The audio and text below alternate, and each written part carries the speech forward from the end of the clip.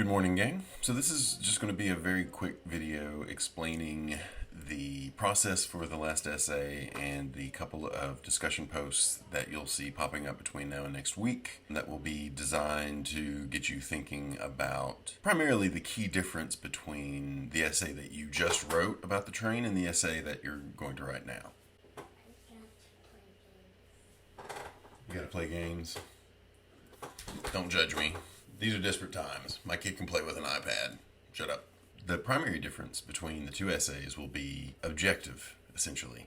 The goal of the last essay was to simply explore all the various facets of the bridge question and try to inform yourself as best you can of not necessarily what is on that train specifically, but what the likelihood of it being any one thing or another might be, and how those likelihoods and how those odds might play into your decision making. This is more or less just about philosophy and how you judge the rightness or wrongness or the goodness or badness of any one given thing. For essay 4, the goal is to be persuasive and to be argumentative. It is to take a clear and definite position about your answer to the question, and not just why you would make the choice that you would make, but why I should make that choice as well, why your audience should consider your choice to be the best one. In essence, where the previous essay you were meant to be objective, you were meant to be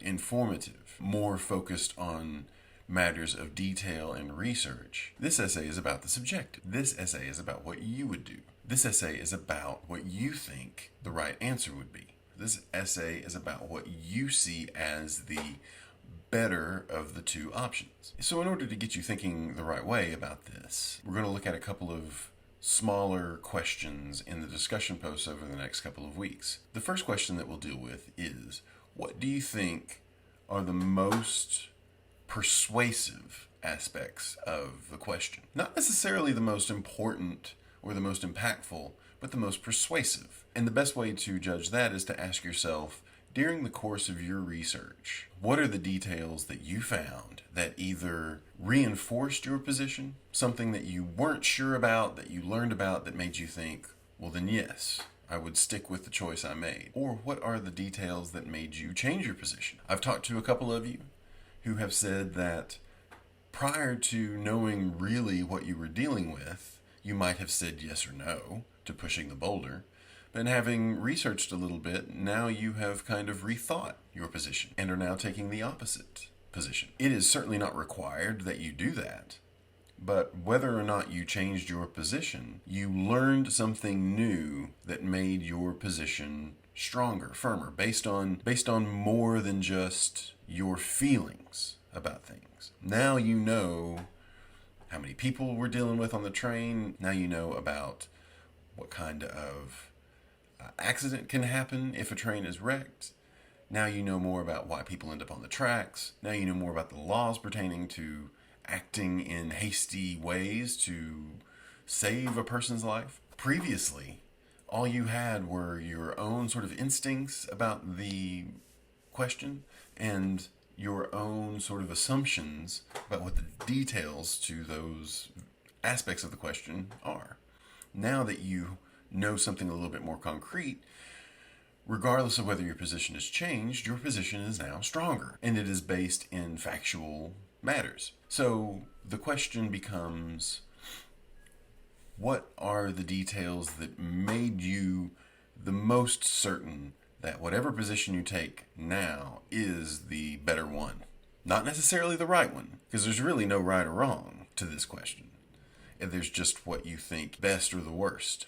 So that's one thing. You gotta think about what you have learned over the course of your research and ask yourself which details that I have uncovered would be the most useful in persuading someone else in the same way that these details persuaded me. The second thing that you would need to focus on is counter-argument. No debate happens in a vacuum. Because there's no right or wrong answer to this question, there is room for debate. Even though we have uncovered facts about what is on trains and what happens when trains wreck, there is still room for value judgment about the actions that you are advocating for or against. And therefore, while you may say yes and feel very confident in your yes answer, there are still people who would say no that are equally confident in the no answer. And part of argument, as we have discussed in class, is addressing the people who disagree with you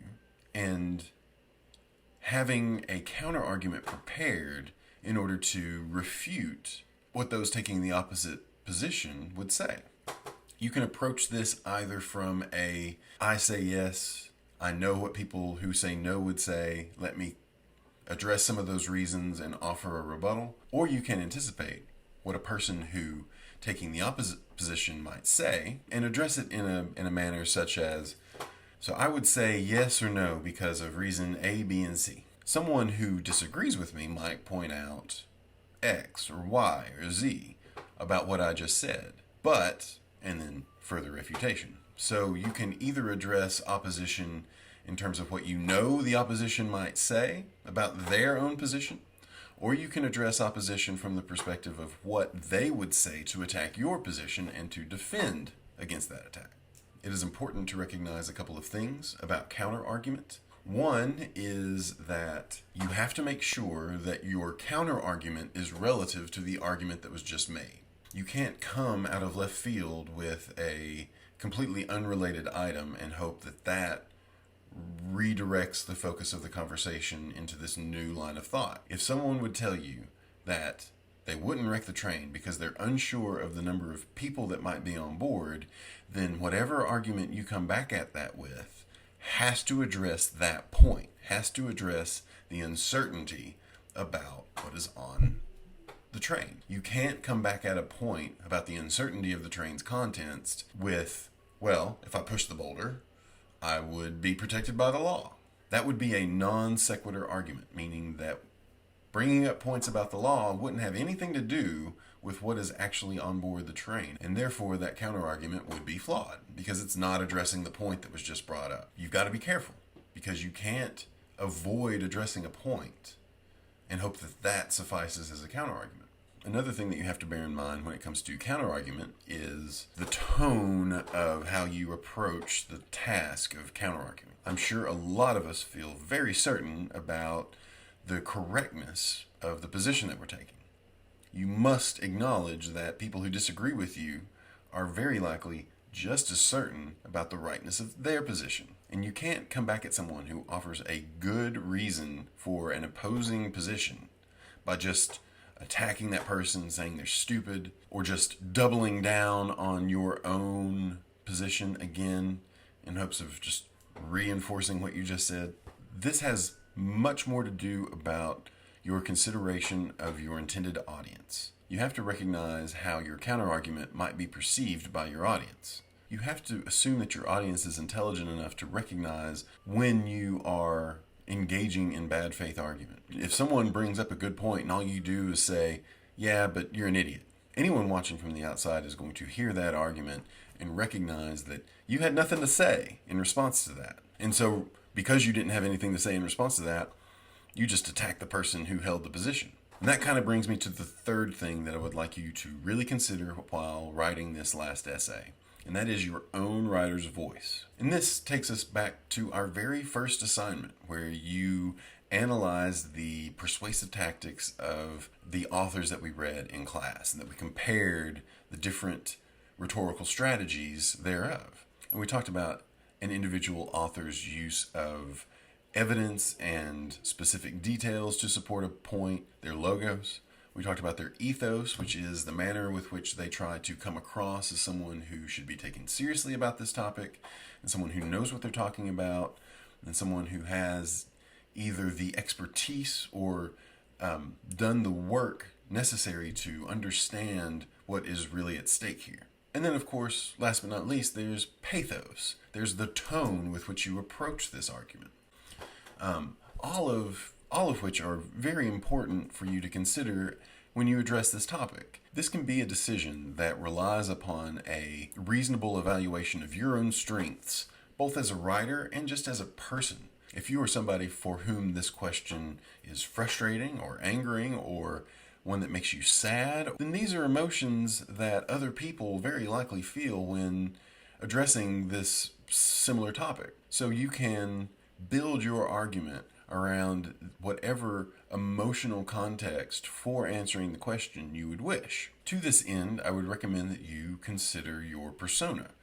Consider your own ethos and pathos and logos. We have written earlier this semester about what kind of strategies work on you when it comes to someone arguing a case for you, and what kind of strategies do you tend to deploy on other people when it comes to the same task. Now is an opportunity for you to deploy such a strategy for arguing either to push the boulder or not.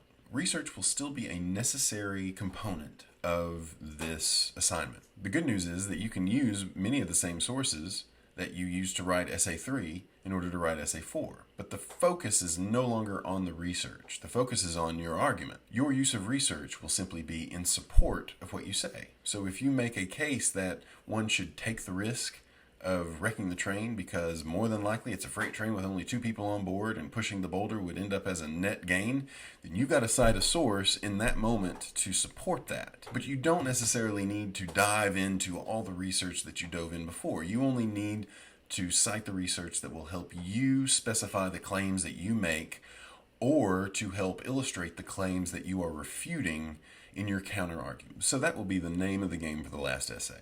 Taking the research that we've used to inform ourselves about this topic and deploying it in support of our own position. Most of all, for this last essay, I encourage you to have fun. Think about the people that you are familiar with in the world who are known to be good at arguing. Think about politicians, think about news pundits, and you don't have to just think of famous people. You can think of the people that you know and interact with in your own life who just sort of always seem to either make a good, compelling case for something or seem to always talk you into something or be able to win people over to their side. Think about the people that you enjoy talking to and think about the people that you don't enjoy talking to and try to find a way to harness some of those strategies that make them effective arguers and use it in your own writing. By all means, you can speak from the first person. You can talk personally about this issue. In fact, it's required. This is your take on whether or not the person on the bridge should push the boulder. Be on the lookout for more discussion posts related to those 3 topics. There's already one up. The post for that is due later today. This is the final stretch, kids. We'll spend a couple of weeks working on this essay, and then we'll wrap up the semester with some conferences about the last 2 essays and our final exam/exit assessment activities.